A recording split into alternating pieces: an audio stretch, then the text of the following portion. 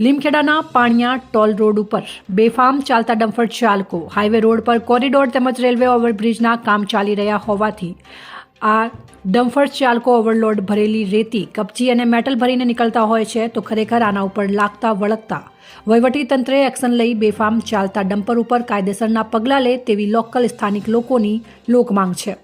Paniya national highway toll road Dahod તરફથી આવતા તેમજ લીમખેડા સિટી ગામમાંથી હાઈવે ડામર રોડ ઉપર આવતા ગ્લાસ ફેક્ટરી ગરનાળામાંથી ડામર રોડ પર પ્રસાર થઈ હાઈવે પર ચડતા ડામર રોડ પર એક બમ્પર મૂકવાની જરૂર હોવાથી બમ્પર ન હોવાને કારણે જે નેશનલ હાઈવે રોડની ગાડીઓ આવે છે એ નીચેથી ડામર રોડ પરથી ટોલ રોડ ચડતા અનેકવાર અકસ્માતો થયા છે।